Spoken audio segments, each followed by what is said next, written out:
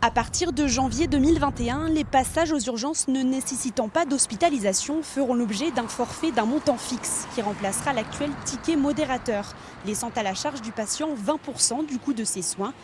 Actuellement, les frais sont pris en charge à hauteur de 80% par l'assurance maladie, le solde restant étant souvent couvert par la complémentaire santé, un forfait patient urgence qui divise. Je pense que tout le monde n'a pas forcément les moyens pour forcément payer les soins. Je pense que les soins aussi sont assez chers, je pense, si on doit le payer de notre poche. Ça peut peut-être éviter les abus, peut-être. Hein. Selon ce médecin généraliste, le forfait payant n'est pas forcément la solution. Le problème viendrait aussi de la désertification médicale. Dans le Cher, il y a 108 médecins généralistes pour 100 000 habitants, c'est 29% de moins qu'au niveau national.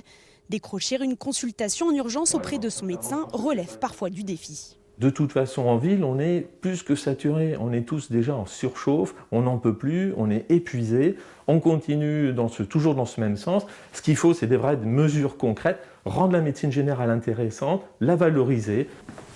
Améliorer le parcours de soins et l'accès aux médecins traitants, c'est le cheval de bataille de la communauté professionnelle territoriale de santé. Créée en 2017 dans le Cher, elle réunit des médecins généralistes et diverses professions libérales comme des dentistes ou des ORL. Le but, contribuer à décongestionner les urgences en libérant des créneaux pour recevoir des patients qui ne relèvent pas d'urgence. Nous, ce que nous conseillons, ce que nous proposons, c'est systématiquement, lorsque on n'arrive pas à joindre son médecin traitant ou en dehors de ses horaires, ou la nuit, le week-end, d'appeler systématiquement le centre 15, de ne jamais se présenter à l'hôpital sans y avoir été invité.